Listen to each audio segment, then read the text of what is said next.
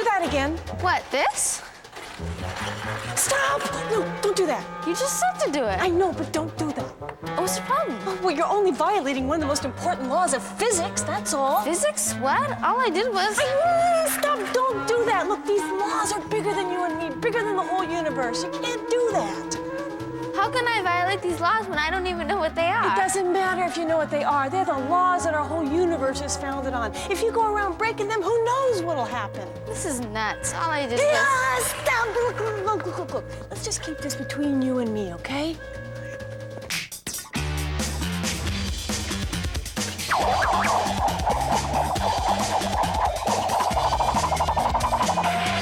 Sports figures, put your brain in the game. See her? That's Sasha Colin. She's on the U.S. International Figure Skating Team and won silver at the Nationals. And she was on the U.S. Figure Skating Team at the 2002 Olympics. She's going to help us today put the spin on spinning. Okay, forget it. You know, when you spin, it looks like you're changing speeds in mid-spin, or is that just an illusion? No, I do. Watch. Well, wait, how could that be? Are you applying some force to speed up or to slow down? No? Oh, I know. You're using your skate pick to speed up, or you're dragging your skate on the ground, right? No. Well, how could that be? What about Newton's laws? If we want to speed something up or slow something down, we have to apply a force. That's Newton's laws of motion, right? But look at this. When Sasha does her combination spin, look how her speed changes while she's spinning. It doesn't look like she's applying a force to speed up, but she must be, right? Newton's first law says an object at rest will remain at rest, and an object in motion will remain in motion unless acted on by an outside force. That tendency is an object's inertia. Newton's second law gives us a way to measure inertia. Mass. Mass measures inertia. The principles of inertia don't only apply to objects traveling in a straight line. To spin an object, you also have to overcome its inertia. And once it's spinning, you also have to overcome its inertia to stop it. Anything that's spinning has rotational inertia. Ooh, that's gotta hurt. We measure the inertia of an object moving in a straight line with mass. For an object spinning, we use rotational inertia. When we use mass in an equation, we use a lowercase m. For rotational inertia, we use an uppercase I, as in inertia. Just like we can find a number for an object's mass, we can find a number for an object's rotational inertia. Right, which was easier to spin? The bowling ball. Now, what does that tell us? That the two objects can have the same mass, but if they have different shapes, the same force at the same place will produce different spins. Bingo. Inertia is determined by mass.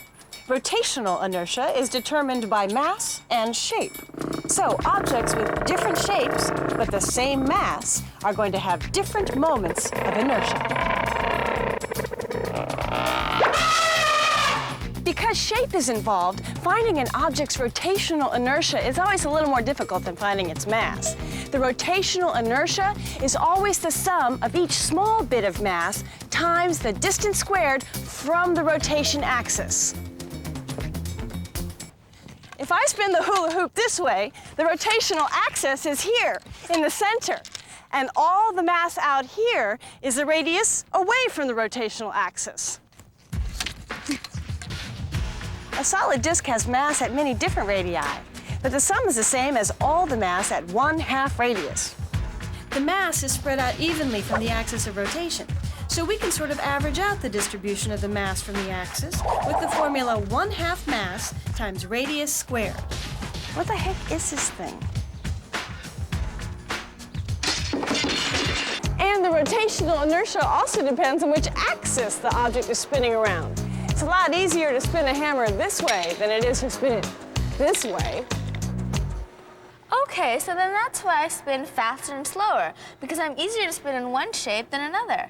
Well, sort of. I mean, it explains why you'd be easier to spin, but it doesn't explain why you speed up or slow down without applying a force. So then how do we figure that out? Well, Sasha, have you ever been called a cylinder before?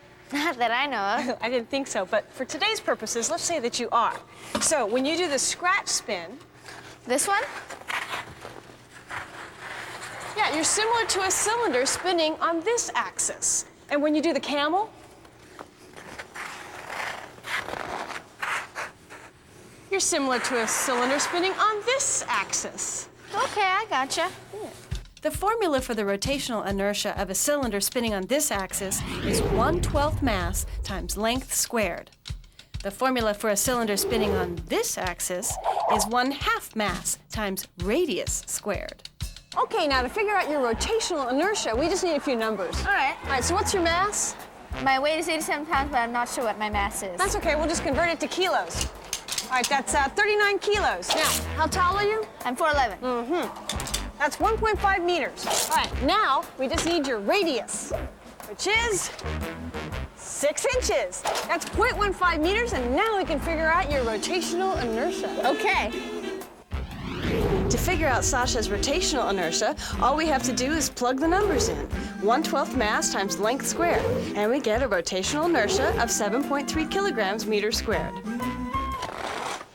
So 7.3 is a number that defines how easy it is to get Sasha to start spinning and how hard it's going to be to get her to stop. To figure out Sasha's rotational inertia in a scratch spin, we use 1/2 mass times radius squared, and we get a rotational inertia of 0.39 kilograms meters squared. So 0.39 is a number that defines how hard I am to spin in this position, my rotational inertia. Right, and how hard you are to stop. Well, it's way lower than in the camel. It's easier to get you to spin in this position. So that's it. That's why I spin faster when I change from a camel to a scratch spin. But it still doesn't explain how you can accelerate without applying a force. You can't violate Newton's law. So what is going on? Well, we needed these numbers to figure it out, but rotational inertia is just part of it.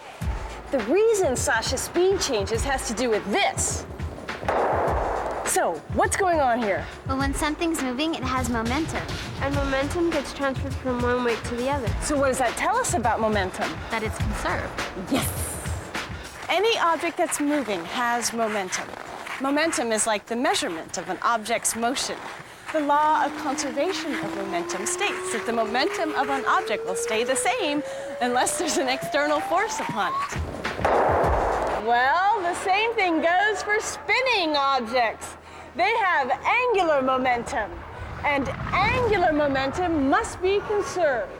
In an equation, we use the letter L to represent angular momentum, and we find angular momentum by multiplying rotational inertia by angular velocity, how fast it's spinning.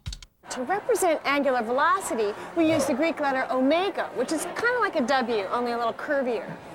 Okay, I'm with you. The angular momentum is determined by inertia and speed. Right, and when you change your shape, you change your angular velocity even though you haven't applied a force. But the I, my rotational inertia, is changing because of my shape. I think I see where all this is going.